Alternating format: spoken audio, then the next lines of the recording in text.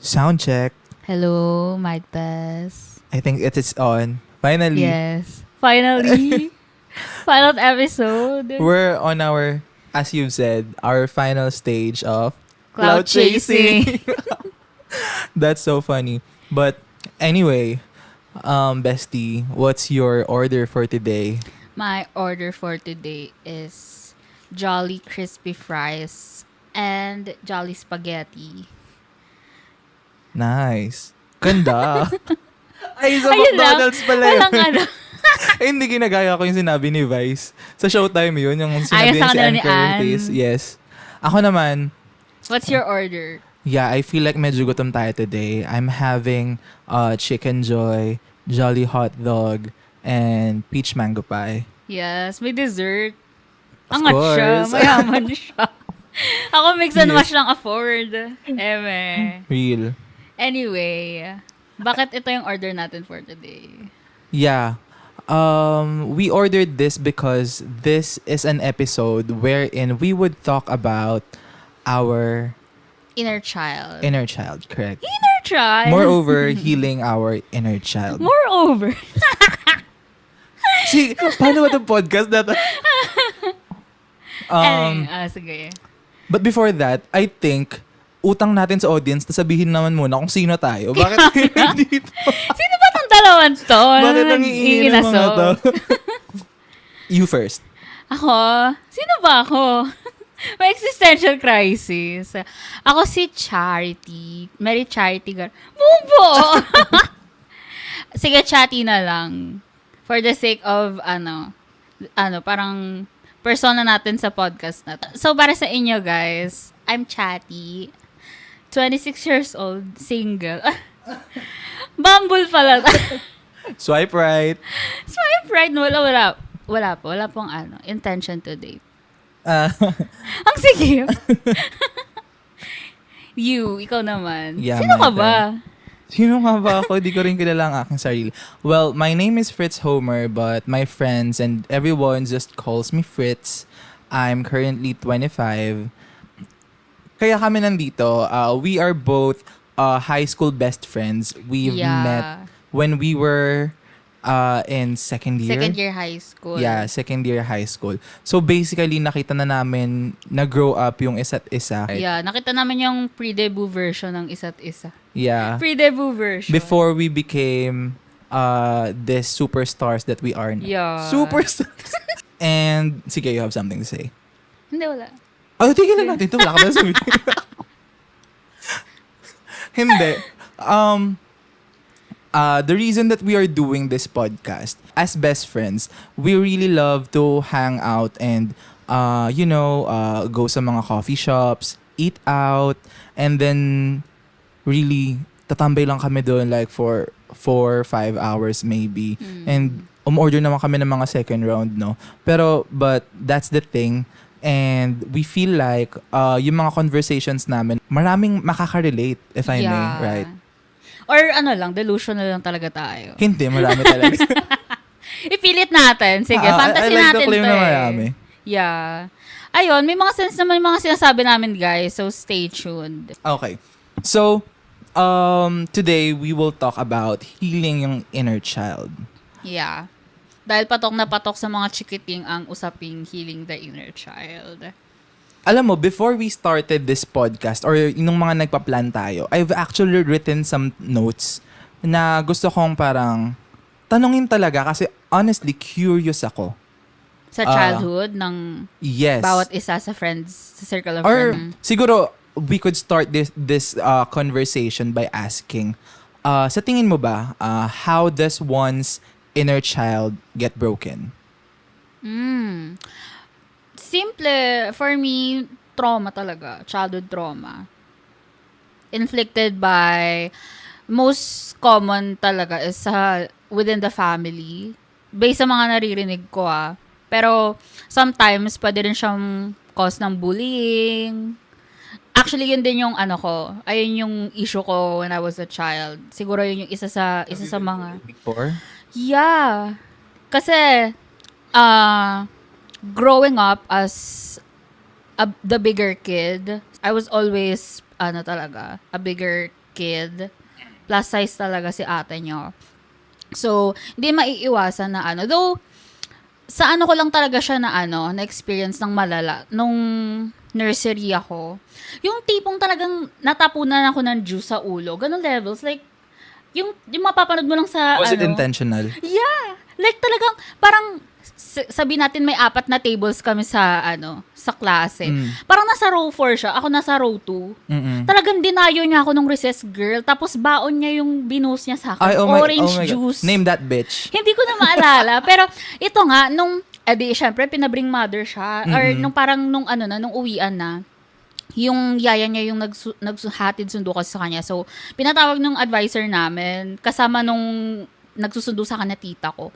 And it turns out na parang neglected kasi siya as a child. Parang hindi kasi... When did you find that out? Sinabi sa akin ni mama na lang recently, malaki na ako nung nalaman ko yun.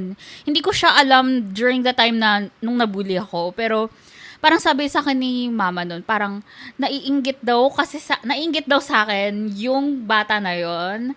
Kasi parang nakikita niya na si mama kasi, for context lang, aral kasi ako sa Don Bosco Kindergarten. Yung mama ko kasi is employee ng Don Bosco. So parang I was a scholar in a way kasi parang discounted yung tuition pag employee yung parent mo, ganyan. Anyway, so siya, parang private school siya. So parang very common kasi 'di ba sa mga anak mayaman na parang neglected ng parents kasi busy sa work. Wait, so anak ganyan. mayaman siya? Of course, privileged siya. Kasi, may tuition yun eh. Di ba? Kung feeling ko naman... But you as well, kasi you go sa the same school eh. Discounted kasi, be. So, alam mo, hindi naman ako dun i-enroll kung walang privilege yung nanay ko na parang may, na may discount yung tuition. So, anyway, parang ayun nga. So, totoo yung sasabi nila na hurt people talaga. Parang kasi nakikita kasi lagi daw nung bata na yun na, magkasama kami lagi ng mama ko pag umuwi kami. So, feeling ko parang may selos na parang bakit siya, masaya siya, ganyan. So parang doon niya chinanel yung inggit niya sa akin sa pagbubuli sa akin. So, pero hindi ako masyadong naapektuhan na talagang sobrang trauma, talaga childhood trauma talaga. I was about to ask that. Tatanong ko sana kung did it define you, parang yung bullying moments na yun? Hindi naman, pero feeling ko as a society, parang yung alam mo, yung growing up fat. Umagri ba ako nakasama sa society na yan? Hindi. Just kidding. Pero parang growing up as a plus size kid, talagang, may discrimination talaga. And talagang hindi ka kahit ngayon, kahit malaki na ako, like adult na ako, parang akala ko it'll go away. Yung mga fat shaming na bigla na lang sa kanto na parang may magtatawag sa'yo ng balyen, elepante, mataba, something like that. Happen? Yeah, recently nung nagdivisoria kami nila mama, may parang matanda na siya, parang 50s na siya. Tapos parang, uy, si Taba, bigla man gumanon. So, akala ko sino ba to? Parang, oh my gosh, tapos what did makita you ko do? sa akin talaga siya, nakatingin. So, parang sabi ko, oh my God, may tao pa rin nang fa-fat shame na gano'n kahit hindi na, parang adult na yung pina-fat shame mo. Parang, And oh my God. 2025? Yeah! Totoo? Parang sabi ko, parang nag-flashback sa akin yung mga time na nung bata ako, yung mga, kaedad ko lang din na pag kunyari may mga naglalaro sa labas na bata, tapos nakita kong dumaan, mataba, ganyan. Doon, parang gets ko pa kasi parehas kaming mga immature pero girl, like, parang 50 years old na siya matanda and parang wala naman akong ginagawa sa kanya or something. Tapos biglang i-call niya ako na gano'n. So parang... Nag-fight back ka ba pag ganyan? Hindi. Knowing me, yung alam niyo, yung personality ko, very bahayain. Parang, ako yung parang tipo ng nasagasaan ka na ako pa yung mag-sorry. parang gano'n. That's so true. Yeah. Pero ayun nga, parang ayun lang naman yung isa sa mga issue ko. Ikaw ba, may sobrang perfect mo, so I doubt nakaranas ka ng bullying. Ever. Hindi. Pero, I feel like growing up, medyo... Kasi, matangkad ako even before, di ba? Yeah. So, for reference, my height is 5'10 or 5'11-ish at the moment. Flex so, lang. Hindi naman. That's Flex not a mo flex. Kung flex yung mga 6'3 dapat, di ba? But ayun, parang yung sa pila lagi akong nasa huli pag papasok ka before the classroom. Although blessed lang talaga ako that my surname starts with the letter B. Pag nasa unahan ako kapag what do you call this? Classroom discussion na. Doon ako nakaupo. But in terms of bullying, I wouldn't say na I was bullied.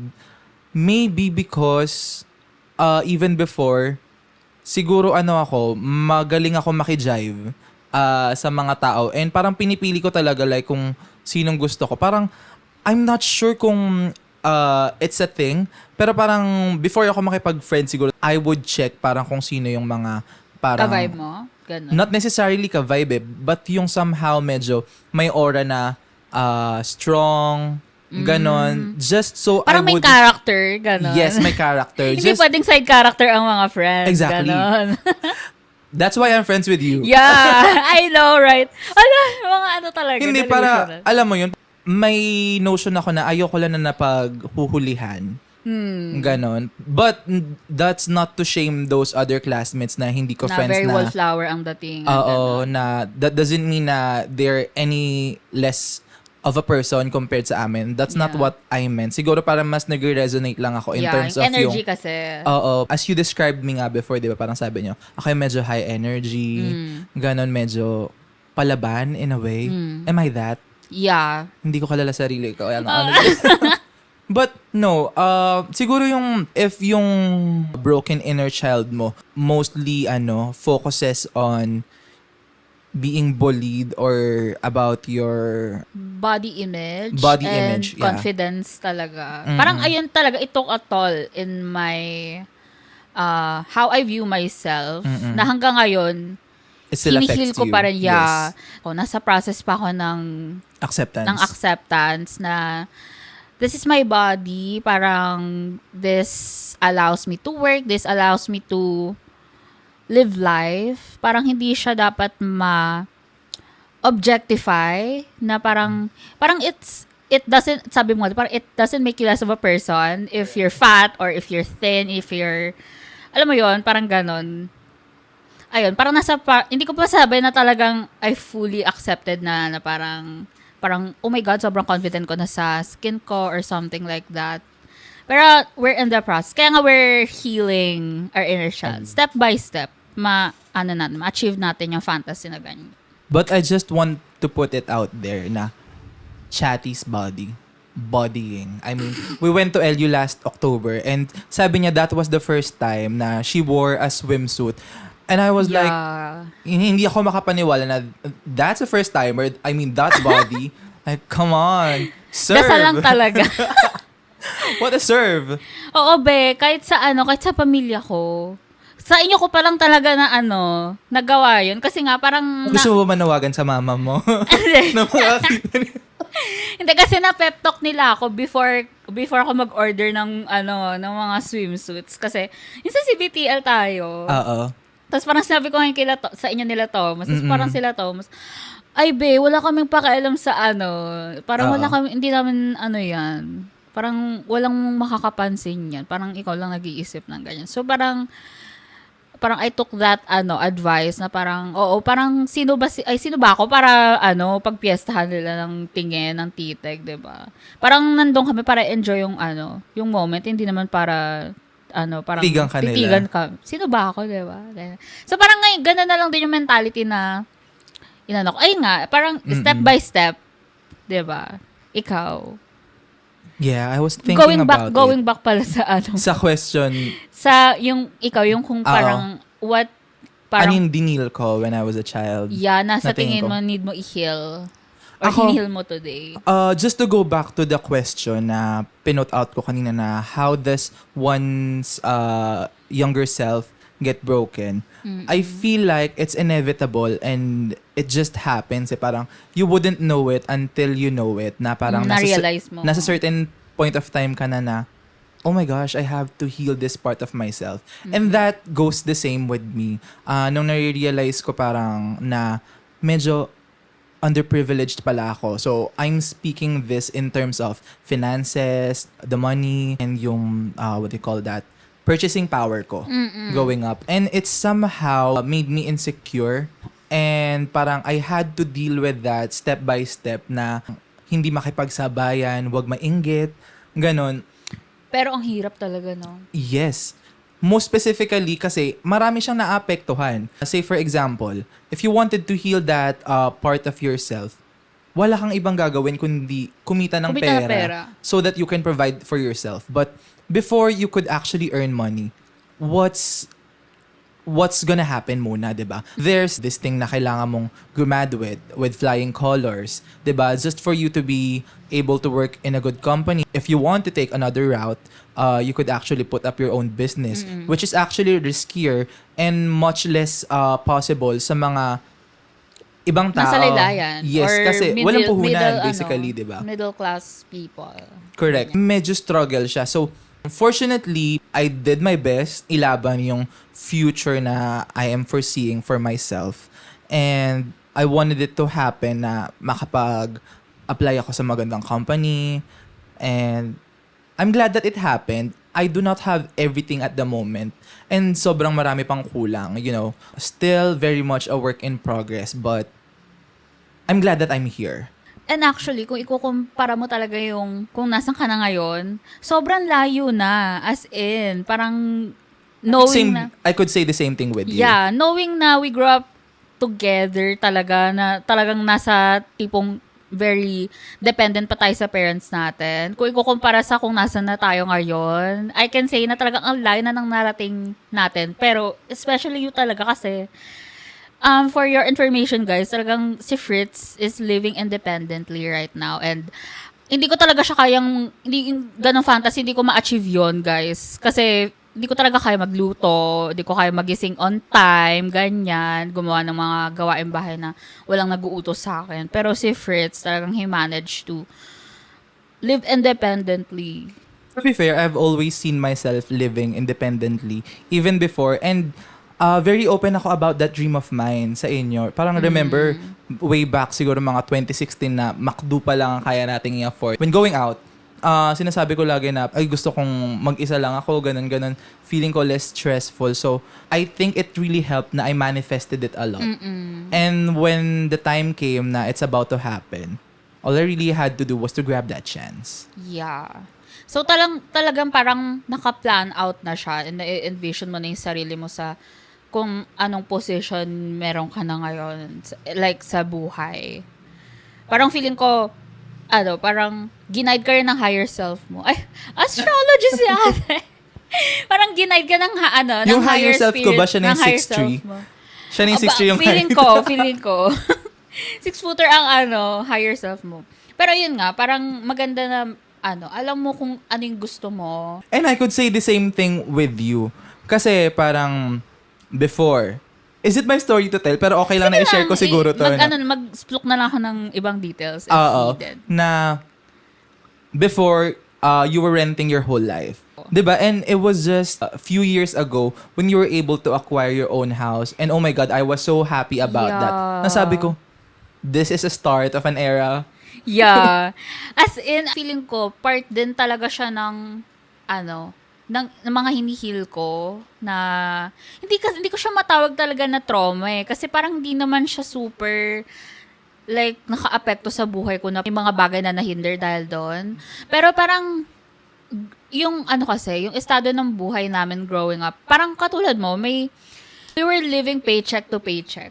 Ganon, I can say na ganon. Kasi yung breadwinner talaga sa pamilya namin ever since is my mom. Yung dad ko, parang minsan may job, minsan wala. And hindi din naman ganun kalaki yung nabibigay niya. So, parang talagang very reliant kami sa salary ng mom ko, which is not a lot. Parang growing up, parang hindi din kami yung tipo na, bilan mo ko ng ganito, bilan mo ko ng ganyan, na nasusunod agad. Share ko lang first cellphone ko, first smartphone ko, first year college ako. Like, high school ako, nakikigamit akong cellphone sa nanay ko. Though, nag-GM ako. Naranasan ko naman maging high schooler na may mga ka-textmate and may, parang nag-GM. Pero nakakatawa kasi yung mga kaklase ko, may sarili silang phone. Pero ako, like, nakakapag-text and call lang ako pag nasa bahay na ako kasi hinihiram ko yung cellphone ng nanay ko. And may oras lang din yun. So, tsaka yung load, nakikitext lang ako sa nanay ko. So, hindi ko pwedeng abusuhin yung load. Pero going back, ang main point ng story, na-experience natin yung mga ganon, mainly because wala tayong sariling cellphone. Yeah. Diba? And it's a struggle to attain one, knowing na hindi tayo ganun kayaman before, admittedly. Yeah. So, sa age natin ngayon, do you think na healing your inner child would always have something to do with money? Moreover, capitalism, I guess. Yeah, parang nagkaroon ako ng konting parang self-reflection, self-evaluation. Kasi ang dami ko rin nakikitang discussion online about parang how healing one's inner child is now tied to capitalism. Parang, is it parang necessary na kailangan ang pag-heal ng inner child is... Oo, pag may binili ka, healing... Parang, kailangan ba pag mag-heal ka ng inner child is bibili ka ng bagay? Parang may mga ganong discussion ako nakikita online eh. Parang hindi ba pwedeng i-channel siya sa ibang bagay like na parang hindi gumagamit ng pera or na kailangan hindi naman kailangan na may bibilin ka. Parang ganyan. So, in my personal experience sa patterns na nakikita ko recently, yes, and I'm not ashamed of it kasi parang legit siya na deserve ko. Kasi, yeah, legit talaga siya na-deserve ko. Bakit? Kasi parang growing up, hindi naman sa parang na parang ang ungrateful ko sa parents ko. I'm always grateful sa kung anong pre-provide sa akin ng parents ko, especially my mom. And kontento naman ako, pero talagang as a child na immature, talagang hindi mawawala yung, hala, bakit siya may ganun, ako wala. Parang, bakit yung mga kaklase ko lahat may cellphone? Parang ang dali-dali lang sa kanila magpalit every SEM or every grading period or every time na may lalabas. Parang ang dali lang sa parents nila na bigyan sila ng ganon. Eh ako, parang talagang kung hindi pa nag-college, kung hindi ko pa kinonvince yung nanay ko na kailangan ko sa college to para makasurvive kasi college na to, parang may ibang parang courses na need talaga ng technology, ng cellphone, na parang, alam mo yun, hindi na siya katulad ng high school na kaya mong mag-survive kahit wala ka namang cellphone. Parang ganyan. Pero ngayon actually ngayon, kahit ang mga high school sa generation ngayon, lalo nung nagkaroon ng async na na classroom setup, parang hindi na rin talaga siya maikakaila na kailangan every necessity student. Necessity na ang cellphone. So anyway, ayun nga, parang for me, valid naman siguro yung ginagawa ko na parang kung afford ko naman siya and if it makes me happy, I'll go for it. Check out natin yan. Bili natin yan. Kasi parang as a child, parang ayun yung kulang eh. Parang may kulang nung child pa lang ako na parang ngayon ko pa lang na-fulfill. And bakit? Pera nyo ba yun? Ayun. True. Diba? Pero yun ba yun? Ako naman yung nag-OT, ako naman yung nag-work. So, give natin yun. Diba? Right. Ikaw, anong masasabi mo sa mga take na parang kailangan ba pag healing your inner child, may binibili ka? Or what is your most opinion? of the time kasi, yes. It always have something to do with money. Because if we would dig deeper, it's the things na we cannot acquire before, which we already can now. Given na may work na tayo and we have the ability to earn our adult money.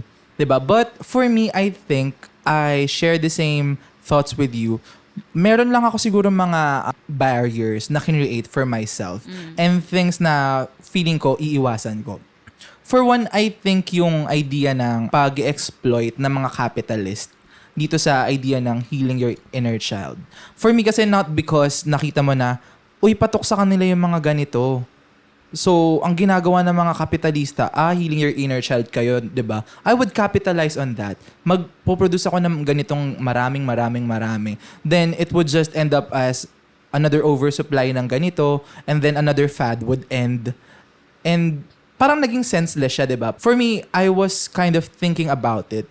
Did it really make sense or did it really add something na makakatulong sa akin as a person? So, parang ganun ko ni-level yung pag-barricade ko sa kung ano yung mga dapat bibilhin ko lang o hindi. Siguro for one, I would say na yung fear of missing out in terms of trends, fads, and fashion, yun yung parang mga pinaka-iniiwasan ko.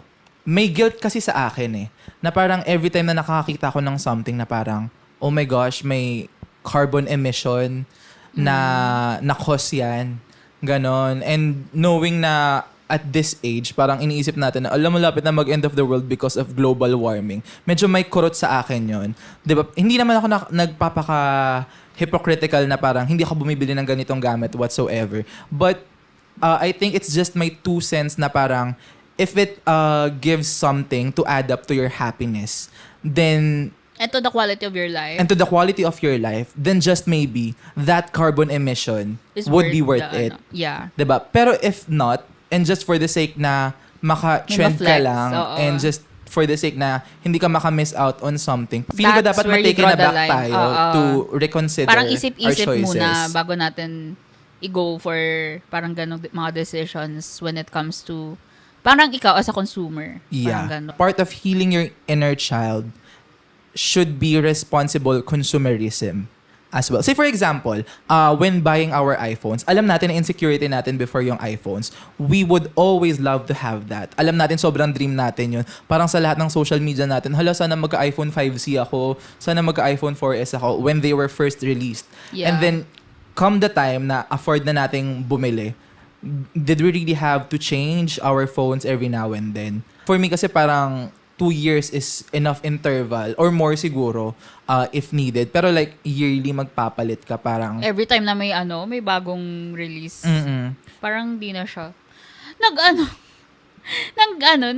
hindi ko sinishame yung mga bumibili kasi Yeah. again, if it adds up to your happiness And the quality of your life. and then the quality of your life, then the production something kinemehe na it costed would be worth it. Pero Yeah. sa akin kasi feeling ko more than that, parang guilt lang eh. Parang, ala, bumili ako when in fact I could have spent this money on a much Better more purchase, important yeah. na purchase, diba? So, something like that.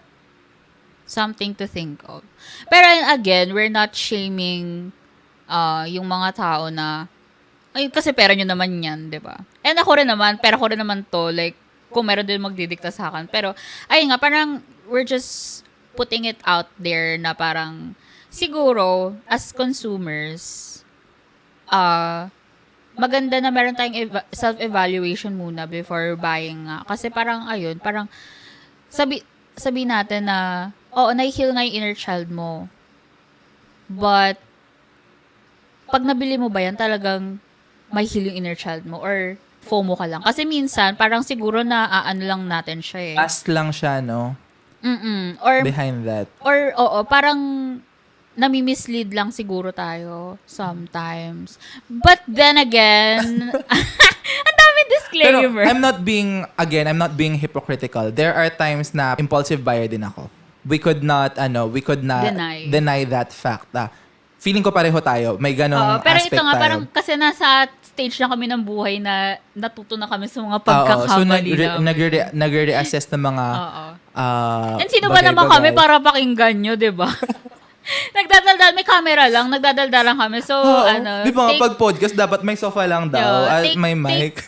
Take all of these, opinions lightly. And Yeah. take what resonates. Take leave what doesn't. take our words with a grain of salt. Yeah. I'm not Kasi being din na yan. hypocritical na hindi ako bumibili ng ganon. But, yun parang feeling ko yun yung major reason why I wanted to do this podcast then to give a voice for those people who are a work in progress. Kasi marami ako naririnig na nagpo-podcast but sila yung mga parang established na and I was really just curious. How would it sound if a podcast came from someone who's still a work in progress? Who's still figuring himself out. Diba? Parang ganon. So, we'll figure out things together and Yeah. along the way, you and I could learn something from each other. Yes. Is that beautiful? Yeah, that's so beautiful. So poetic. Siguro for this topic, I have one last question. Okay, go. Hindi ko alam kung seryosong question kasi to. Kasi, say for example, tayo mga nasa 20s na tayo ngayon. Iniisip natin, healing your inner child. But what about if we move further part ng buhay natin? What if we are in our 40s or 50s na? Meron bang term din na healing our young adult selves? Na parang, Ang witty mo dyan. oh my gosh, bibiling ko tong 3-bedroom condominium unit na to kasi nung 20 years old ako, di ko kaya kasi oo. struggling pa ako. May ganun kaya? Feeling ko may ganon. Yeah. For our older audience. We need you to do we have step up. do we have older audience? Magparamdam nga kayo sa comment section. Something to put out there. Kayo ba mga nasa 40s, 50s, bumibili ba kayo ng 3 hectares na lupain? Kasi you cannot do that in your 20s. Yeah. Ganun lang ba parang, I mean, to put it on a serious note, is this just a cycle? Na parang nagiging bigger lang talaga yung mga wants natin. And when does it end? Pagpatay na tayo, ganun lang ba? Does it really end habang buhay pa tayo? Just something to think of. Yeah. I don't want this to get too philosophical. Pero, Yeah. nakakatawa siya pero nakakaisip, no? Oo, parang ako din napapaisip ako eh. Oo nga, no? Kasi ngayon, diba, ngayon, may binabayaran kaming house through a housing loan. So, pag natapos ba kami doon, anong next step? Parang, Would you want more? kasi nga, parang isa rin yung part of me healing my inner child kasi growing up, we moved a lot. Talagang, ang dami namin bahay na nalipatan nung lumalaki ako. And parang, it's one of my, hindi ko siya insecurity to the point na parang kinakahiya ko na nag-uupa lang kami. Kasi parang common din naman siya sa Philippines, di ba? Pero There's parang, nothing to be ashamed about it. yeah, pero parang, kasi ako parang gusto ko na may sarili talaga akong space. May sarili akong, yung a place I can call my own. And, syempre, grabe ang renta sa Manila, guys. Sa mga, alam ko marami nakaka-relate na mga renters out there. Pero grabe ang rent kasi sa Manila. So, you cannot afford to have a space you really can call your own. Me and my sister, nung na-acquire namin yung bahay talaga, parang a part of me was healed talaga kasi may sarili na akong kwarto. Hindi, it may not be like talagang sobrang laking kwarto, pero it's mine. Wow! Yeah, it's enough. And Agree. parang talagang, ayun, parang it's something na I can call mine na hanggang ngayon din na-design ko siya, nire-revamp ko siya whenever I have that time, ganyan, and the money. O, isa rin yun sa mga Kaya natatay ko talaga siya sa capitalism. Pero ayun nga, parang it makes me happy. And parang talagang, ito talaga yung feeling mo talaga na pag parang nakakatawa kasi parang mag-unbox ka ng desk. Yung very, natita na yung mga order mo sa Shopee, yung mga furniture na ganyan, mag-unbox ka ng desk, ng Mga muebles at kasangkapan. Oo, mga ganyan, mga mirror, mga ganyan yung mga ina-unbox ko. Tapos parang, ang saya-saya ko, parang very trivial things lang siya. Pero parang it heals something in me. Something has... And I'm happy about that. Yeah. Y'all should follow her on her Instagram. Every time na nag-redecorate siya ng room niya, I am always amazed sa kung ano nakikita ko. Like, na-express niya talaga yung sarili baka niya. mag-expect naman sila na napakagaling ka talaga. And I would say, proudly, na their expectations would be met. Proudly. Sige, pressure tuloy ako. Oh my Ayusin God. mo, kwarta. Siguro one of these days, try natin doon mag-shoot. Sige. One of these days. Pag nanood kayo, syempre. Oo, manood kayo para Makinig ma-achieve kayo. namin yung fantasy na Play nyo lang on sa background. kwarto Bilis na. Para chika-chika tayo. Ayaw nyo ba yung ganun? Yeah.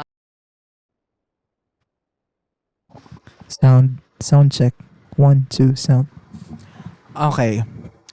Behind the camera, there had been a technical difficulty. Yeah, hindi po maiiwasan ang In first technical episode. difficulty. Oh my.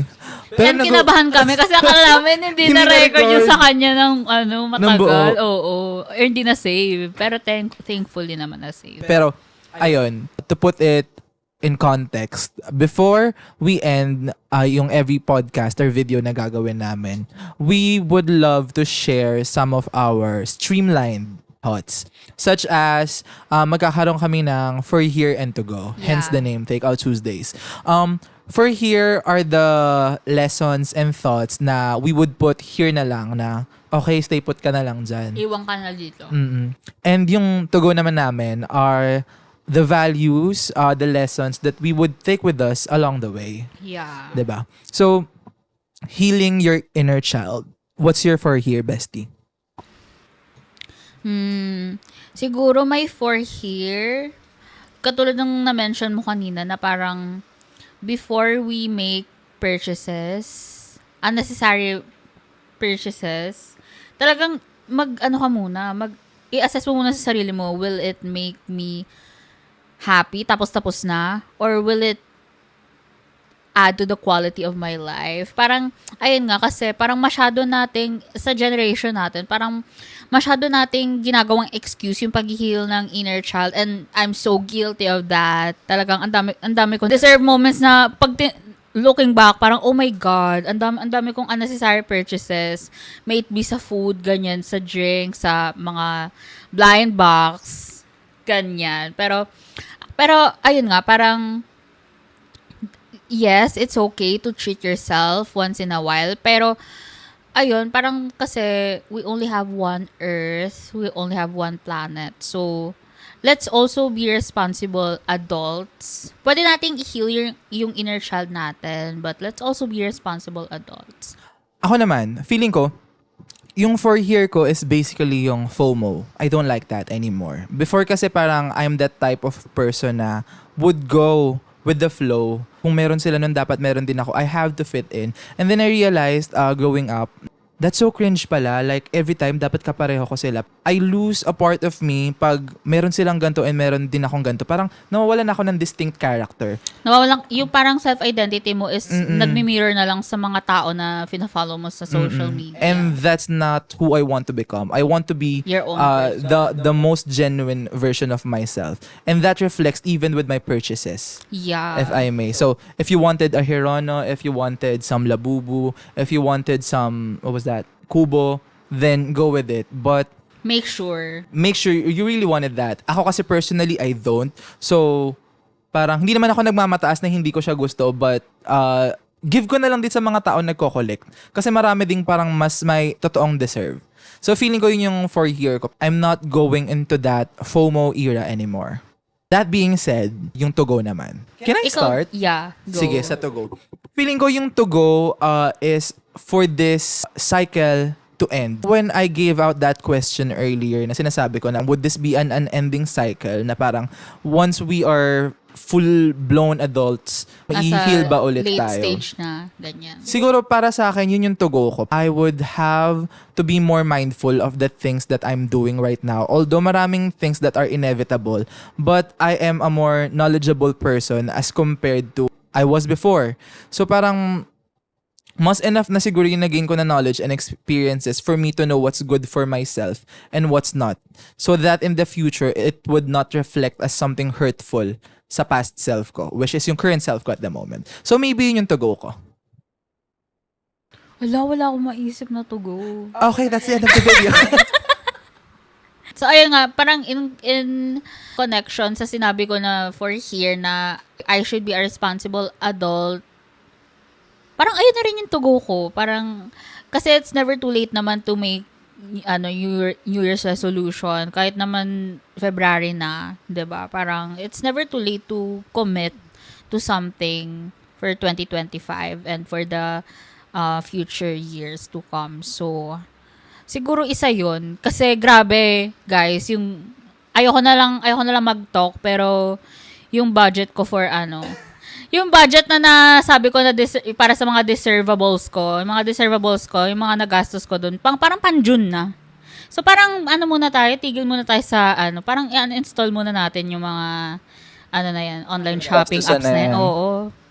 Parang look away muna tayo sa mga sa mga gastos kasi parang hindi siya magugustuhan ng future self ko. Ayan, in connection sa na naman ako. Oo. Parang ito yung may bagong trauma akong kine-create within myself, which is bankruptcy, ganyan. Pagkalubog sa sa utang. Charot. No, not Nakal manifesting that. ayun, parang interconnected siya sa aking to go. Ay, for here. Yeah. That's so nice. Yeah. And that being said, thank you for staying with us. Yes. What else is there to say? If you made it up to this point, hala, bakit? If you made it this far, feeling ko, friends na tayo. Yeah. Yeah. If you made it this far, feeling ko di ka talaga nakikinig. Parang naghugas ka ng pinggan tapos na kami lang yung white noise mo sa background, And ganyan. okay lang sa amin yun. Yeah. A view is a view. Correct.